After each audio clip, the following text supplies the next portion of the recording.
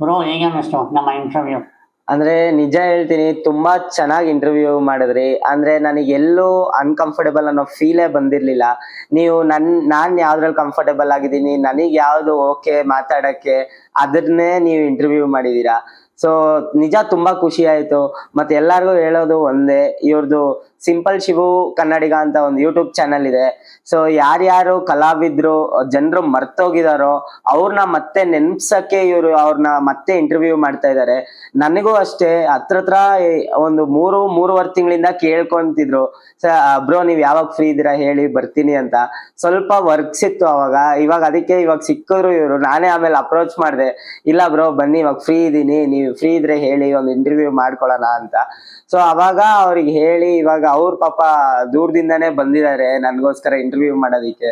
So ತುಂಬಾ ಒಳ್ಳೆ ವ್ಯಕ್ತಿ ಅವರು. ಅಂದ್ರೆ ಯಾರ್ಯಾರು ಆರ್ಟಿಸ್ಟ್ಸ್ ಅವಾಗ ಹೆಸರು ಮಾಡಿ ಅವ್ರ ಒಂದ್ ಫೇಮ್ ಬಂದು ಆಮೇಲೆ ಟೈಮ್ ಪೀರಿಯಡ್ ಇಂದ ಜನರು ಮರಿತಾ ಇದ್ದಾರೆ. ಸೊ ಅವ್ರನ್ನ ಮತ್ತೆ ಇವ್ರು ಕರ್ದಿ ಇಂಟರ್ವ್ಯೂ ಮಾಡಿ ಜನರಿಗೆ ಮತ್ತೆ ತೋರಿಸ್ಕೊಡ್ತಾ ಇದ್ದಾರೆ, ಇಲ್ಲ ಇದೇ ವ್ಯಕ್ತಿ ಆ ಪಾತ್ರ ಮಾಡಿರೋದು ಅಂತ ಹೇಳ್ಬಿಟ್ಟು ತೋರಿಸ್ಕೊಡ್ತಿದ್ದಾರೆ. ಸೊ ತುಂಬಾ ಒಳ್ಳೆ ಕೆಲಸ ಮಾಡ್ತಿದ್ದೀರಾ. ಇದೇ ತರ ನೀವು ನೆಕ್ಸ್ಟ್ ಹಲವಾರು ಇಂಟರ್ವ್ಯೂಗಳು ಮಾಡಿ. ಮತ್ತೆ ನನ್ನ ಇಂಟರ್ವ್ಯೂ ಲಿಂಕ್ ಡಿಸ್ಕ್ರಿಪ್ಷನ್ ಅಲ್ಲಿ ಇರುತ್ತೆ. ಸೊ ನೋಡ್ಕೊಂಡು ನನ್ನ ಮತ್ತೆ ಇವ್ರ ಯೂಟ್ಯೂಬ್ ಚಾನಲ್ ನ ಎರಡನ್ನೂ ಸಪೋರ್ಟ್ ಮಾಡಿ. ನಿಮ್ಮ ಆಶೀರ್ವಾದ ಹಿಂಗೆ ಇರಲಿ. Thank you.